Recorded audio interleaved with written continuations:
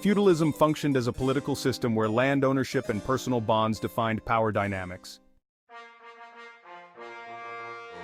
Political effects of feudalism. Feudalism was characterized by a decentralized political system where power was fragmented among various local lords, rather than centralized under a single sovereign authority. The king granted land to the nobles, who in return provided military service and loyalty.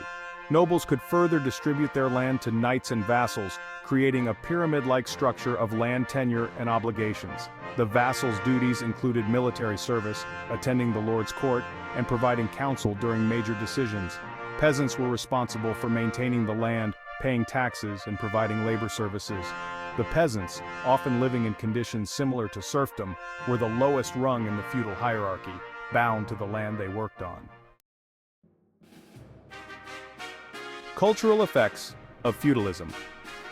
Feudalism engendered a set of cultural norms and values centered around loyalty, honor, and chivalry, particularly within the warrior class of knights and nobles. The code of chivalry became an integral part of knightly conduct, influencing both martial and social behavior. This period also saw the production of literature and art that romanticized the ideals of feudal loyalty and warfare, contributing significantly to European cultural heritage. The influence of the Catholic Church was pervasive, shaping cultural life by reinforcing the feudal order through religious doctrine and rituals. Charlemagne. Charlemagne's rule was marked by significant military expansion. His key military campaigns included the conquest of Saxony, Bavaria, and northern Italy. He also defeated the Avars of the Danube and gained control over many Slav states. These military successes expanded Charlemagne's realm and asserted his dominance over Western and Central Europe. Charlemagne employed strategic marriages and alliances to solidify his rule. He initially married the daughter of King Desiderius of the Lombards to form an alliance, but later annulled this marriage upon becoming the sole king. His alliance with the papacy, particularly with Pope Stephen II, was crucial. By promising to protect Rome, he gained papal sanction for his dynasty's rule. This alliance was further solidified when he defended Pope Leo III and was subsequently crowned Emperor of the Romans by the Pope in 800. The Catholic Church played a significant role in legitimizing Charlemagne's authority. Charlemagne implemented several administrative reforms to consolidate his rule. He relied on local officials known as counts and introduced the missi dominici system, where royal agents oversaw local governance. He held yearly assemblies to maintain his relationships with powerful figures and ensure the execution of his policies. Additionally, he standardized the monetary system and reformed the judiciary by creating the scabini, professional legal experts. Economic and social initiatives. Charlemagne's economic and social initiatives played a crucial role in stabilizing his empire. He introduced a new monetary standard, the livre carolingienne, and implemented various reforms to improve agricultural production, protect merchants, and standardize weights and measures.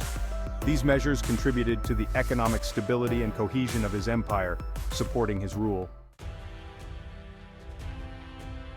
The Crusades were a series of religious wars between Christians and Muslims, primarily to secure control of holy sites considered sacred by both groups. These military expeditions occurred from 1096 to 1291, involving 8 major crusade expeditions of varying sizes, strengths, and degrees of success.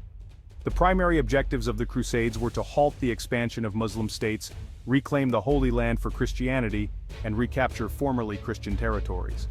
They were also seen by many participants as a means of redemption and expiation for sins. Religious motivations for the Crusades were deeply rooted in the desire to defend Christianity. The Crusades were instigated by a desire to defend Christian holy sites and believers from Muslim control. Pope Urban II promised those who participated in the Crusades that their sins would be forgiven, which was a significant motivator in a time when religious piety was highly valued. Pope Urban II also sought to reunite the Western, or Catholic, and Eastern, or Orthodox Christian churches, increasing his authority over a unified Christian domain. The Gregorian reform had imbued the church with renewed spiritual vigor and an emphasis on purity, which discouraged tolerance for irreligious behavior and acted as a catalyst for the Crusades. Political motivations for the Crusades were equally compelling. The Byzantine Empire, under threat from the Seljuk Turks, requested military assistance from Western Europe, prompting Pope Urban II's call to arm. The establishment of new political states such as the Kingdom of Jerusalem and the Principality of Antioch served as incentives for European rulers and nobility. Rulers saw the Crusades as an opportunity to foster bonds of cooperation with their barons and knights, consolidating their tenuous hold on power. Economic motivations also played a crucial role in the Crusades. Merchants sought to open up and control prosperous trade routes in cities like Antioch and Jerusalem, and profited from shipping crusaders across the Mediterranean. The Catholic Church viewed the Crusades as a means to generate revenue through various economic activities related to the campaigns. The Crusades provided opportunities for younger sons of nobility who had little inheritance to gain lands and titles in the Holy Land. Social motivations cannot be overlooked. Medieval European society was inherently violent, and the Crusades provided a socially acceptable outlet for this aggression. Many knights were compelled to join the Crusades as part of their obligation to their feudal lords, who themselves saw participation as a way to fulfill social and chivalric expectations. The Crusades aligned with the ideals of chivalry and martial prowess, which were central to the identity of the medieval knightly class.